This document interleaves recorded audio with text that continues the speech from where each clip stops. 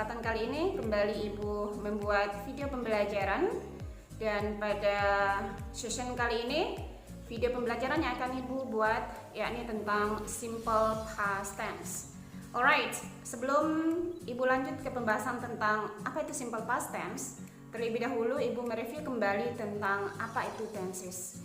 Baik, tenses itu mengatur perubahan bentuk dari suatu kalimat berdasarkan kata keterangan waktunya atau berdasarkan waktu kejadian dari suatu kalimat itu.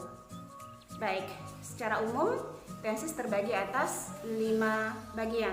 Yang pertama, simple present continuous tense.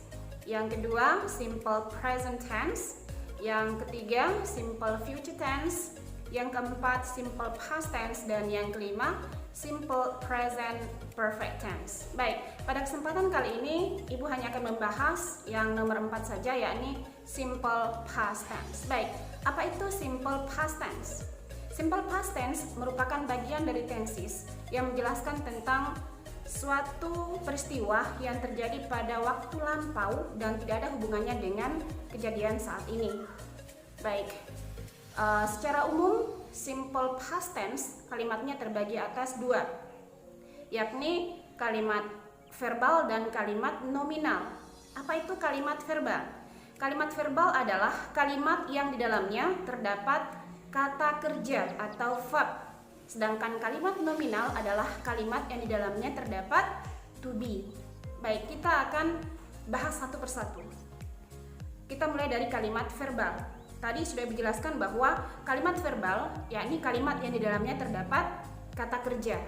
Nah, kata kerja sendiri itu terbagi atas 2 jenis sebenarnya, yakni regular dengan irregular verb. Namun kita tidak akan membahas secara khusus di sini pada video pembelajaran kali ini.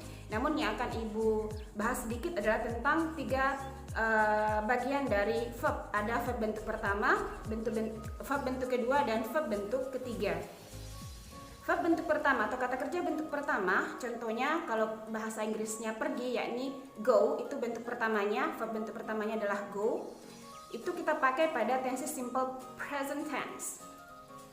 Bentuk keduanya adalah went. Went artinya juga pergi, tetapi kata kerja went ini hanya kita pakai pada tenses simple past tense. Dan yang berikutnya adalah gone. Gone artinya juga pergi, tetapi kata gone itu hanya kita pakai pada tenses simple perfect tense, baik dia di simple present maupun past perfect tense-nya. Baik, kita kembali ke pembahasan verbal dalam bentuk simple past tense dalam bentuk kalimat verbal.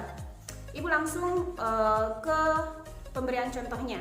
Jadi contoh dari kalimat verbal, simple past tense dalam bentuk kalimat verbal adalah Ferry went to Pandangan yesterday. Itu bentuk kalimat verbal dari segi positif ya, dalam bentuk kalimat positif. Ketika kita mengubah kalimat ini ke kalimat negatif, maka bentuk kalimatnya akan seperti ini. Ferry did not go to Pandangan. Perubahan ke bentuk interrogatif atau kalimat tanyanya. Did Ferry go to Pandangan yesterday? Oke, jadi kalimat yang tadi disebutkan semuanya menggunakan kata keterangan yesterday, bentuk kata keterangan waktu lampau ya. Baik, saya kira tidak terlalu sulit untuk kalian pahami untuk kalimat verbal di simple past tense ini. Kita pindah ke kalimat nominal. Tadi Ibu sudah jelaskan bahwa kalimat nominal adalah kalimat yang di dalamnya terdapat to be. Nah, to be dalam simple past tense itu terbagi atas 2, yakni was dengan were. To be were itu dipakai oleh subjek I, you, we, they. Oke, sedangkan subjek was itu dipakai oleh to be was dipakai oleh subjek she, he, it. Right? Baik, kita langsung masuk ke contoh kalimat. I was in the school last week. Saya sedang berada di sekolah minggu lalu. Berarti minggu ini sudah tidak berada di sekolah lagi. Minggu ini dia bercerita bahwa dia berada di sekolah minggu lalu. Bagaimana kalau kita ubah kalimatnya menjadi menyangkal atau menjadi kalimat negatif? Maka kita akan mengucapkan seperti ini. I was not in the school last week. Kalau kita ubah dalam bentuk kalimat tanya, maka bentuk perubahan kalimatnya seperti ini. Was I in the school last week?